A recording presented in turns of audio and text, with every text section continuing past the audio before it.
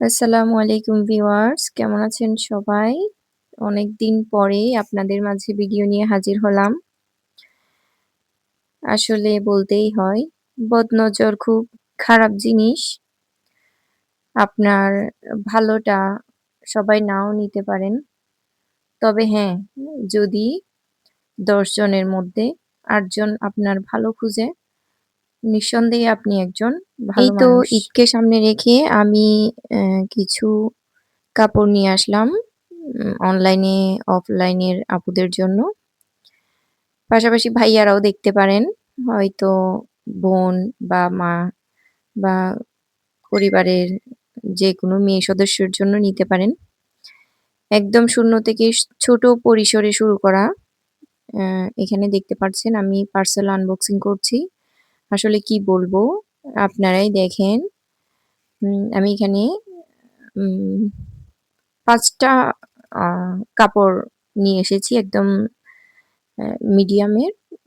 বেশি লো কোয়ালিটিরও না, আবার হাই কোয়ালিটিরও না। কারণ সবার কথা চিন্তা করেই নিয়ে আসা। এখানে এগুলো দেখতে পাচ্ছেন রমজানে নিজের জন্য নেওয়া। পাশাপাশি ভাবলাম কেননা আশেপাশের মানুষের জন্য নেই, ভাই-বোনদের জন্য নিই, হয়তো কাজে আসবে। এই তো কাপড়গুলো আসলেই অনেক মায়া লাগছিল। এই তো যারা প্রিন্টের পছন্দ করে, সিম্পল এর মধ্যে একটু গর্জিয়াস সামনের পোরশনে। এই তো আমি একটু খুলে দেখাচ্ছি প্যান্টের কাপড়টা একদম প্রিন্টের ভয়েল সুতি কাপড়। যাদের অ্যালার্জি বা অন্য কোনো স্কিনের প্রবলেম আছে কোনো সমস্যা হবে না। একদম লাইভ দেখেই নিতে পারেন। যদি কোনো ভাইয়া আপুর লাগে ঘরে বসে অর্ডার করতে পারেন। আলহামদুলিল্লাহ ইতোমধ্যেই ৬ টা কাপড় এনেছিলাম। আ অলরেডি ৩ টা চলে গিয়েছে। তো ব্যবসা তো আর একদিনের জিনিস না যে আজকে ৬ টা আনলাম, আজকেই ৬ টা সেল হবে এরকম। তো এর মধ্যে ২ টা অর্ডারও আছে। আপুদের এনে দিব গর্জিয়াস ড্রেস। তো দেখতে থাকেন। হয়তো দেখতে, দেখতে ভালো লাগবে। কি বলবো কাপড়গুলো উম এত আনকমন মনে হচ্ছিল যেন প্রত্যেকটা কাপড় নিজের জন্যই রেখে দিই।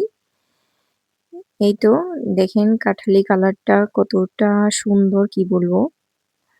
এটা অলরেডি সেল হয়ে গিয়েছে। যখন এনেছিলাম তখনকার ভিডিও আসলে ব্যস্ততার জন্য দিতে পারিনি।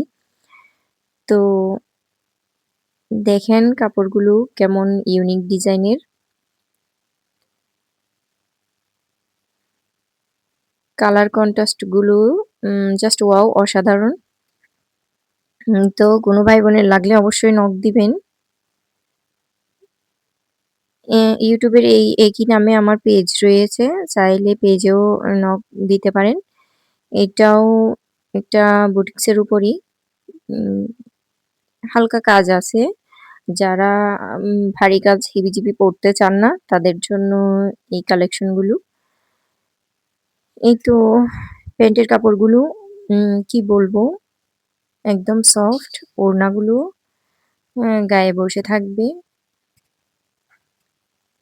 আমি একটু ভিতরেরটা দেখছিলাম। ঘরে বসে কারো গীবত না করে, কারো পরচর্চা, পরনিন্দা না করে আমি এই ছোট, ছোট কাজগুলো করে যেতে চাই।